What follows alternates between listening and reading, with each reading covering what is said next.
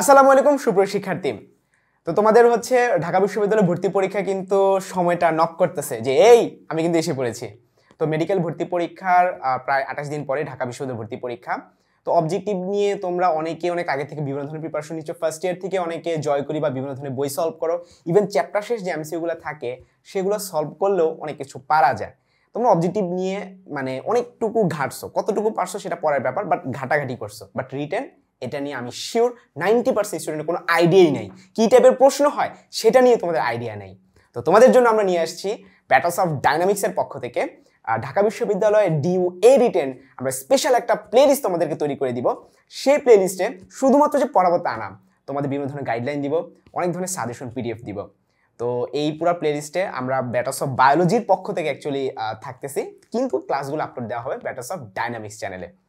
তো আজকে তোমাদেরকে খুবই প্রিসাইজলি বলে দিব ঢাকা বিশ্ববিদ্যালয়ের রিটেনের কিভাবে প্রিপারেশন নিবা, সেই প্রিপারেশনে যে নিবা যাতে একবার সলিড একটা প্রিপারেশন নেওয়া যায়। তার জন্য আমার সাথে আছে তোমাদের মিল্টন ভাই এবং শান্ত ভাইয়া।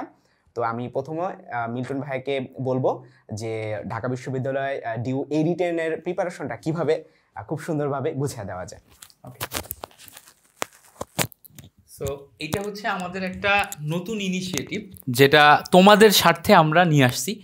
এই জায়গাতে আমরা যেটা করব, আমরা হচ্ছে তোমাদের বিগত বছরের প্রশ্নগুলো অ্যানালাইসিস করব আমরা, বুঝছো? সো বিগত বছরের প্রশ্নগুলো অ্যানালাইসিস করে এবং আমাদের যত এক্সপিরিয়েন্স আছে সমস্ত এক্সপিরিয়েন্স থেকে কোশ্চেন অ্যানালাইসিস করে প্রত্যেকটা চ্যাপ্টার ওয়াইজ, ধরো হচ্ছে তোমাদের যে সমস্ত চ্যাপ্টারগুলো আছে, আমি যদি কেমিস্ট্রির কথা বলি, কেমিস্ট্রিতে প্রত্যেকটা চ্যাপ্টার ওয়াইজ তোমাদেরকে এক একটা করে ক্লাস রেকর্ড করে দেওয়া হবে। সাপোজ ধরো কেমিস্ট্রিতে ফার্স্ট পেপারে second chapter, third chapter, fourth chapter, তিনটা চ্যাপ্টার খুব গুরুত্বপূর্ণ। ফিফথ চ্যাপ্টার থেকেও তোমার রিটেন কোশ্চেন দিয়ে দেয়। সো এই সেকেন্ড চ্যাপ্টার থেকে টোটাল যা যা রিটেনে আসা সম্ভব এগুলো অ্যানালাইসিস করে আমরা একটা ক্লাসের মাধ্যমে সব কোশ্চেনগুলো তোমাদেরকে পড়িয়ে দিব যে এই কোশ্চেন এই অ্যান্সার, এই কোশ্চেন এই অ্যান্সার, এই কোশ্চেন এই অ্যান্সার। এই যে জিনিসপত্রগুলো পড়িয়ে দিব এগুলার কি আবার সাজেশন পিডিএফ থাকবে, কারণ কি আমরা তো স্লাইড বানাবো, তাই না? আমরা তো স্লাইড বানাবো, সেই স্লাইডগুলো তোমাদেরকে পড়াবো। ওই সাজেশন পিডিএফগুলো তোমাদের প্রত্যেকটা ভিডিও ক্লাসের নিচে লিঙ্কে দেয়া থাকবে, যাতে তোমরা ওই সাজেশন পিডিএফ দেখে ওই প্রিপারেশনটাকে আরও গুছিয়ে নিতে পারো। অর্থাৎ তোমার একা একা পড়ার যেই ঝামেলা এটা কিন্তু থাকতেছে না। এইটা আমাদের এই একটা চ্যানেল ফলো করলেই তুমি পেয়ে যাচ্ছ। সো তোমরা যারা ডিউ রিটেন নিয়ে অনেক বেশি চিন্তিত আসো, জাস্ট কিচ্ছু করা লাগবে না, কেমিস্ট্রিতে প্রিপারেশনটা গুছিয়ে নেওয়ার জন্য আমাদের এই একটা প্লেলিস্ট ফলো করবা। এবার তোমার প্রশ্ন আসতে পারে, ভাইয়া আপনাদের প্লেলিস্ট তো ফলো করবো, আমি একা একা কীভাবে পড়বো? দেখো, একা একা পড়ার জন্য অনেক ওয়ে আছে, অনেক ওয়েতে তুমি পড়তে পারো। তুমি ধরো বেসিক ক্লাস করে যা কিছু শিখছো, সাপোজ ধরো বেসিক ক্লাস করছো, আমাদের এই কোর্সে আসো বা অন্য কোনো কোর্স থেকে বেসিক ক্লাস করছো, যা কিছু শিখছো, এই বেসিক ক্লাসের ভিতরে কিন্তু তোমার অনেক রিটেন অংশ কভার হয়ে যায়। এরপরে দেখা যায় কি, তুমি এইচএসসি লাইফে খ নম্বর প্রশ্ন পড়ছো না ব্যাখ্যামূলক, এই যে খ নম্বর প্রশ্নগুলো যদি একটু টেস্ট পেপার বা অন্য কোনো একটা সোর্স থেকে পড়ো, এইগুলা থেকেও কিন্তু তোমার রিটেন অনেক অংশ কভার হয়ে যায়। এরপরে দেখা যায় যে রিটেনের জন্য স্পেসিফিকভাবে কিছু বই লেখা আছে, যেমন ধরো হচ্ছে নেটওয়ার্কের বই, নেটওয়ার্ক সিরিজের বই, তারপর হচ্ছে জয় কলির বই, উদ্ভাসের যে বই, এগুলোর ভিতরেও সুন্দর মতো দেয়া আছে। সো এই অংশগুলো পড়লেও কিন্তু রিটেন কভার হয়ে যায়। সো এখন তোমাদের একা একা পড়তে গেলে প্রবলেম যেটা হবে যে এত কিছু তোমরা গুছিয়ে নিতে পারবা না। সো এই জায়গাতে তোমাদের হেল্প করার জন্য আসি আমরা টোটাল ব্যাটলস অফ বায়োলজি থেকে একটা টিম, যেই টিম ব্যাটলস অফ ডাইনামিক্স নামে ইউটিউব চ্যানেলে তোমাদেরকে কেমিস্ট্রির ইচ অ্যান্ড এভরিথিং দেখাই দিব, ফিজিক্সের ইচ অ্যান্ড এভরিথিং দেখাই দিব, ম্যাথের ইচ অ্যান্ড এভরিথিং দেখাই দিব। সো এই হচ্ছে আমাদের প্রথম যে ব্যাপার সেটা। এবং ফিজিক্স দেখানোর জন্য আমাদের রাফি ভাইয়া থাকবে। কেমিস্ট্রিতে আমরা 3 জন টিচার মিলে তোমাদেরকে সমস্ত জিনিসপত্রগুলো দেখাই দিব। আমি রাসায়নিক পরিবর্তন দেখাবো, তারপর পরিমাণগত অন্যান্য যে চ্যাপ্টারগুলো আছে এগুলোর রিটেন অংশটা দেখাই দেওয়ার জন্য আমি থাকবো, ঠিক আছে? সো আশা করি তোমরা বুঝতে পারছো, এবং তোমরা যেটা করবা এই প্লেলিস্টটা সেভ করে রাখবা, A to Z each and everything তুমি ফলো করবা, কেমন? ঢাকা বিশ্ববিদ্যালয়ের রিটেনের যে বায়োলজি এবং কেমিস্ট্রি আছে সেটার চাইতে আসলে তুলনামূলকভাবে একটু কঠিন হয় ফিজিক্স এবং ম্যাথ। তো গত বছর কিন্তু ম্যাথ প্রশ্নটা একটু সহজ করছে, বাট ফিজিক্স কিন্তু সহজ করতেছে না। গত 2টা বছর ধরে কিন্তু ফিজিক্স সহজ করতেছে না। এখন কি করা উচিত, রিটেনে 10-এ 10 পাওয়ার জন্য কি করা উচিত, আমি সেগুলো নিয়ে আজকে আলোচনা করব। প্রথমত তোমাদেরকে প্রমাণ শিখতে হবে। তো গত বছর আসে নাই, বাট 2020 সাল থেকে 2021-22 এই 3টা বছর কিন্তু পরপর 3টা বছর কিন্তু প্রমাণ আসছে। তো কি টাইপের প্রমাণ আমরা সলভ করব? দেখো কিছু কিছু প্রমাণ আছে বিশাল বড়, তুমি যদি লেখা শুরু করো 2 পেজ চলে যাবে, এরকম প্রমাণ জীবনে আসবে না। আসবে তোমার আধা পেজের মধ্যে সলভ করা যায় এরকম প্রমাণ। যেমন পর্যাবৃত্ত গতিতে হচ্ছে তোমার যেই ইকুয়েশনটা আছে d square x dt square plus omega square x = 0, এই ইকুয়েশনের সমাধান কিভাবে আসে সেটা একটা প্রমাণ আসতে পারে। ছোট ছোট টাইপের প্রমাণ যেগুলা আধা পেজের মধ্যে সলভ করা যায়। আমরা তোমাদেরকে একটা শীট প্রদান করব, সেই শীটে যত ধরনের প্রমাণ ডিউতে আসতে পারে সেগুলা কিন্তু দিয়ে দেওয়া হবে। তোমরা অবশ্যই কিন্তু আমাদের চ্যানেল এবং আমাদের গ্রুপটা ফলো করবা, ইনশাল্লাহ পেয়ে যাবা। এটা গেল প্রমাণ। তো আশা করা যায় এই বছর একটা প্রমাণ আসবে। তো একটা প্রমাণে হচ্ছে 2.5 মার্ক, ইনশাল্লাহ তোমার 10-এর মধ্যে 2.5 মার্ক কভার হয়ে যাবে যদি প্রমাণটা ভালো মতো শিখো। বাকি রইল আরো 3টা। ওই 3টার জন্য প্রথমত তোমরা চেষ্টা করবা ইঞ্জিনিয়ারিং এর যেই সকল প্রশ্ন আছে ক্যালকুলেটর ছাড়া সলভ করা যায় সেদিকে ফোকাস করতে। হ্যাঁ, তো ভেক্টরের অনেক প্রবলেম আছে, ক্যালকুলেটর লাগেই না।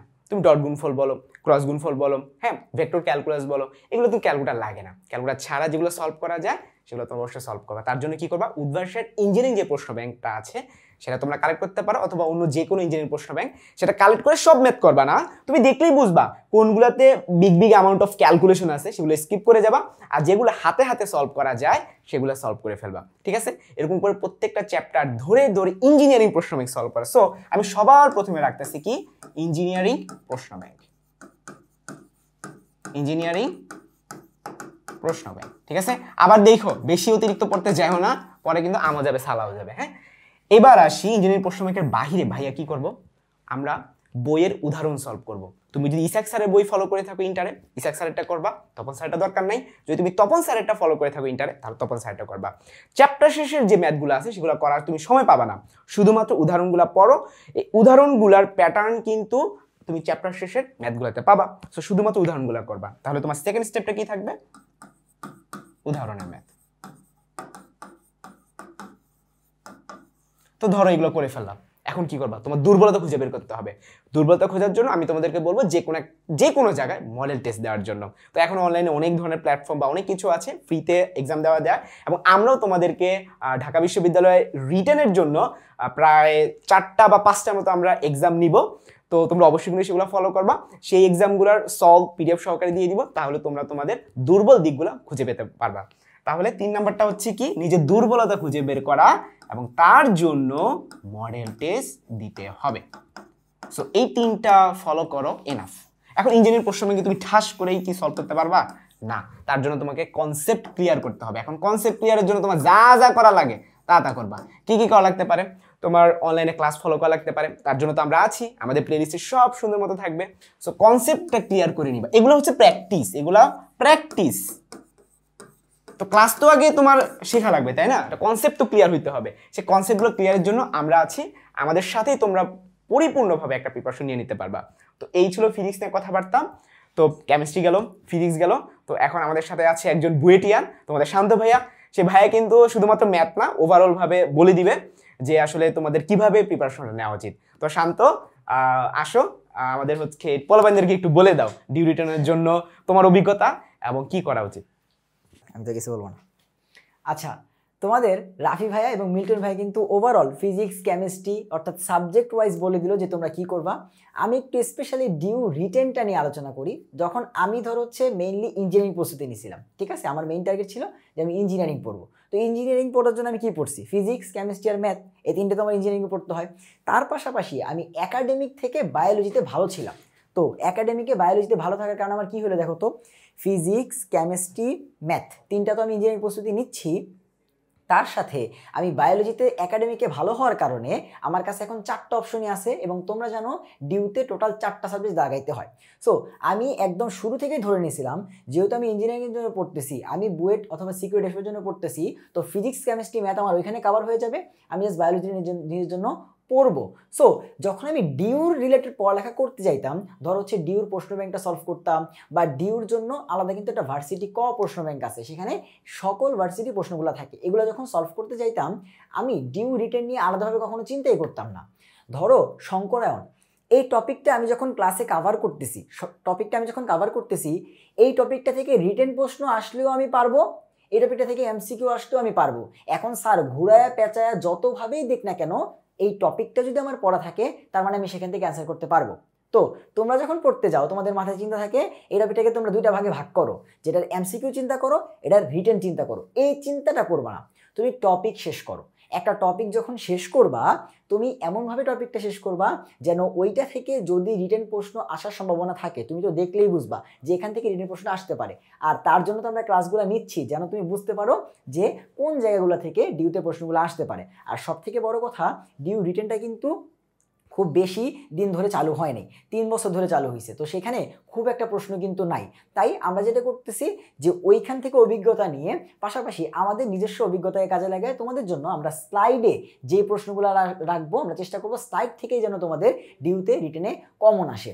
কথাটা বুঝতে পারছো? সো আজকে তোমাদের এই ডিউ রিটেন হিরোর যে প্লেলিস্ট সেটার প্রথম ক্লাস আমারই ছিল এবং সেখানে আমি হচ্ছে তোমাদের মৌলের পর্যায়বৃত্ত ধর্ম এই চ্যাপ্টারটা পুরোটা কভার করছি এবং স্লাইডে টোটাল 28টা প্রশ্ন ছিল তোমাদের জন্য, অর্থাৎ প্রথম থেকে শেষ পর্যন্ত। এবং তোমরা জানো যে প্রথম পেপারে এটা কিন্তু সব থেকে বড় চ্যাপ্টার এবং এখানে থিওরিটিক্যাল পড়ালেখা অনেক বেশি, তাই এই চ্যাপ্টারটাতে টোটাল 28টা প্রশ্ন আমি দেখাইছি এবং আমার কাছে মনে হয়েছে যে যদি আসে তাহলে আমার ওই স্লাইডটা থেকে আসবে। এবং ক্লাসটা আজকে রাত্রে 9টা বাজে ব্যাটেলস অফ ডাইনামিক থেকে আপলোড হবে এবং এরপর সিরিয়ালি তোমার ফিজিক্স, কেমিস্ট্রি, ম্যাথ বলো সব সাবজেক্টে চ্যাপ্টারগুলো হবে। তো প্রথম ক্লাসটা ভাগ্যক্রমে আমারই আপলোড হবে আজকে রাত্রে 9টায়, ঠিক আছে? সো এটা তো গেলে অ্যানাউন্সমেন্ট। এখন আবার ফেরত আসো, দেখো তোমরা টপিককে ভাগ করবা না, টপিক ওয়াইজ পড়বা, এটাকে আবার রিটেন এমসিকিউতে ভাগ করবা না। একটা টপিক যদি আমি পারি সেখান থেকে আমি রিটেনও পারবো, সেখান থেকে আমি এমসিকিউ পারবো, স্যার আমাকে ঘুরায় পেঁচায় যেভাবে অ্যান্সার করুক সেটা আমি পারবো।